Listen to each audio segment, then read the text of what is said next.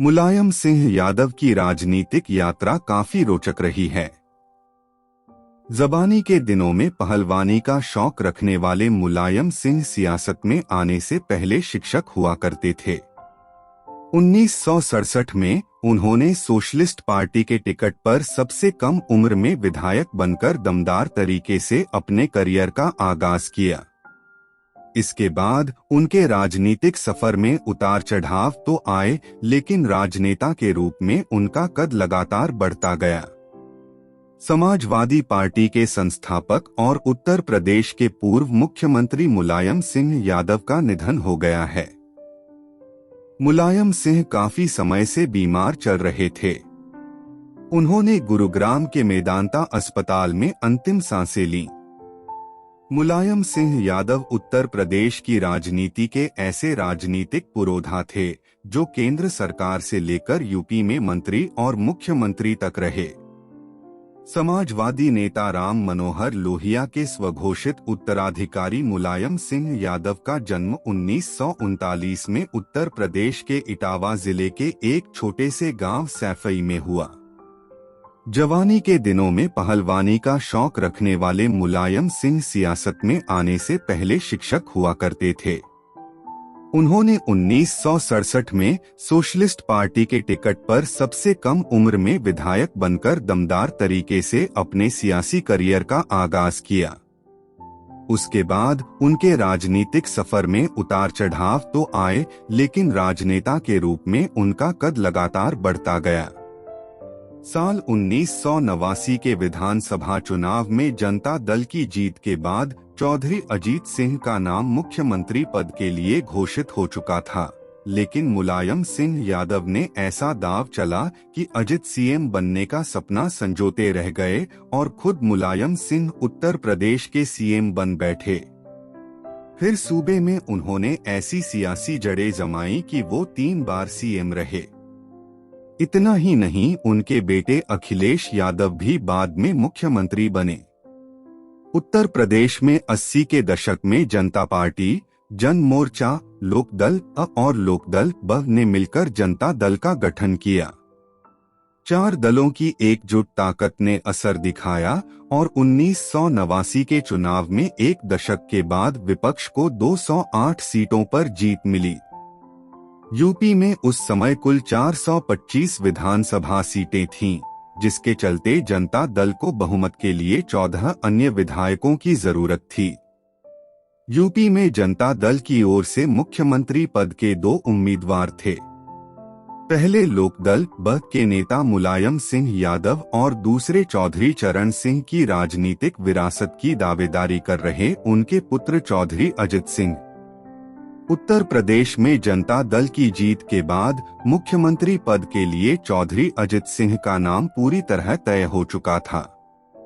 चौधरी अजित सिंह बाकायदा शपथ लेने के तैयारियां कर रहे थे, लेकिन मुलायम सिंह यादव ने ऐसा दांव चला कि जन मोर्चा के विधायक अजित सिंह के खिलाफ खड़े हो गए और मुलायम को सीएम बनाने की मांग कर बैठे। उस समय केंद्र में भी जनता दल की सरकार थी। विश्वनाथ प्रताप सिंह देश के प्रधानमंत्री थे। यूपी में पार्टी की जीत के साथ ही वीपी सिंह ने घोषणा कर दी थी कि चौधरी अजित सिंह मुख्यमंत्री और मुलायम सिंह उपमुख्यमंत्री होंगे। लखनऊ में अजित सिंह की ताजपोशी की तैयारियां चल रही थीं कि मुलायम सिंह यादव ने उपमुख्यमंत्री पद ठुकराकर सीएम पद के लिए दावेदारी कर दी। तब प्रधानमंत्री वीपी सिंह ने फैसला किया कि मुख्यमंत्री पद का फैसला लोकतांत्रिक तरीके से विधायक दल की बैठक में गुप्त मतदान के जरिए होगा। इसके बाद जो हुआ वह सूबे की रोचक राजनीति का एक बड़ा किस्सा है। वीपी सिंह के आदेश पर मधु दंडवते, मुफ्ती मोहम्मद सईद और चिमन भाई पटेल बतौर पर्यवेक्षक उत्तर प्रदेश भेजे गए। दिल्ली से लखनऊ भेजे गए पर्यवेक्षकों ने कोशिश की कि मुलायम सिंह यादव उपमुख्यमंत्री का पद स्वीकार कर लें, लेकिन मुलायम सिंह इसके लिए तैयार नहीं हुए। मुलायम सिंह ने तगड़ा दांव खेलते हुए बाहुबली डीपी यादव की मदद से अजीत सिंह के खेमे के 11 विधायकों को अपने पक्ष में कर लिया। इस काम में उनकी मदद उस समय बेनी प्रसाद वर्मा भी कर रहे थे। विधायक दल की बैठक के लिए दोपहर में जनता दल के विधायकों को लेकर गाड़ियों का काफिला विधानसभा में मतदान स्थल पर पहुंचा। विधायक अंदर थे और सारे दरवाजे बंद कर दिए गए। बाहर जनता दल के कार्यकर्ताओं का हुजूम लगातार मुलायम सिंह यादव जिंदाबाद के नारे लगा रहा था। तिलक हॉल के बाहर दोनों नेताओं के समर्थक बंदूक लहरा रहे थे। जनता दल विधायक दल की बैठक में हुए मतदान में मुलायम सिंह यादव ने चौधरी अजित सिंह को 5 वोट से मात दे दी। इस तरह से चौधरी अजित सिंह का सपना साकार नहीं हो सका और मुलायम सिंह मुख्यमंत्री बन गए। 5 दिसंबर 1989 को मुलायम ने पहली बार मुख्यमंत्री पद की शपथ ली। उत्तर प्रदेश में भले ही 4 पार्टियों ने मिलकर जनता दल बनाया था, लेकिन नेताओं के दिल नहीं मिल सके। दरअसल डकैती उन्मूलन की नीतियों का मुलायम सिंह ने प्रबल विरोध किया था, जिसकी वजह से वीपी सिंह को पूर्व में मुख्यमंत्री पद छोड़ना पड़ा था। इस वजह से वह मुलायम को पसंद नहीं करते थे।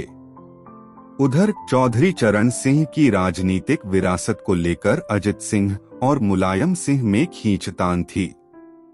केंद्र में वीपी सिंह की सरकार के पतन के बाद मुलायम ने चंद्रशेखर की जनता दल समाजवादी के समर्थन से अपनी सीएम की कुर्सी बरकरार रखी।